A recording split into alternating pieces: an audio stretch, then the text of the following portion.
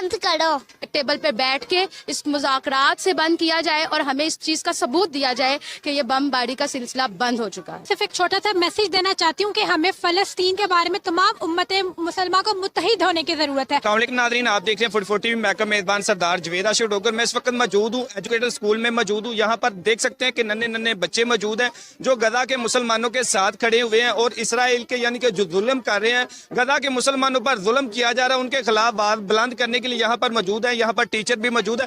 पहले टीचरों से बात करते हैं, उसके बाद बच्चों से भी बात करेंगे। अस्सलाम वालेकुम।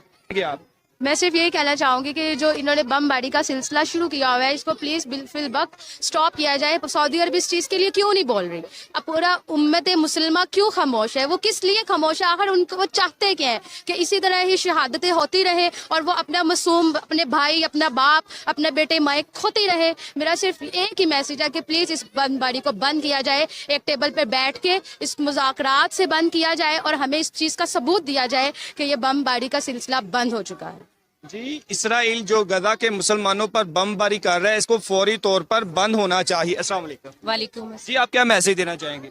सर, मैं आपके तवज्जुह से मुसलमान उम्मा को ये एक मैसेज देना चाहूँगी कि उनको अब इस वक्त मुत्तहिद होने की ज़रूरत है, क्योंकि अगर आज सारे मुसलमान इकट्ठे हो जाएं, सारी मुस्लिम कंट्रीज इकट्ठी हो जाएं, तो किसी की जरूरत नहीं है कि इनके खिलाफ कोई ऐसा कदम उठाए। आज देखिए, मुसलमान जगह जगह पे जुल्म का शिकार हैं। अब फ़लस्तीन के साथ कश्मीर को देख लें, जो भी है ये सब हमारी नाअहली और ये नाइतफाकी का नतीजा है। मुसलमान जब यकजान थे, एक जिस्म की मानत थे, तब कोई इनको नुकसान नहीं पहुंचा सकता था। आज हम अपनी ही कोताहियों की वजह से ये सारी तकलीफें बर्दाश्त कर रहे हैं। तो हमें इस वक्त फ़लस्तीन के लिए भरपूर आवाज़ उठाने की ज़रूरत है। जहाँ पे इतना जुल्म हो रहा है, यहाँ इंसानियत बिल्कुल दम तोड़ गई है। इंटरनेशनली अगर देखा जाए तो कोई सी इदारे को इंसानियत का जज्बा किसी में नहीं है। सब अपनी अपनी जगह पे तकरीरें करके चले जाते, कोई किसी के लिए आवाज़ नहीं उठा रहा। तो मैं आपसे यही कहूँगी कि आप हमारी हुकूमत को भी स्पेशली इसके लिए एक्शन लेने की ज़रूरत है। अस्सलाम वालेकुम। मैं सिर्फ एक छोटा सा मैसेज देना चाहती हूँ कि हमें फ़लस्तीन के बारे में तमाम उम्मत मुसलमान को मुत्तहिद होने की ज़रूरत है।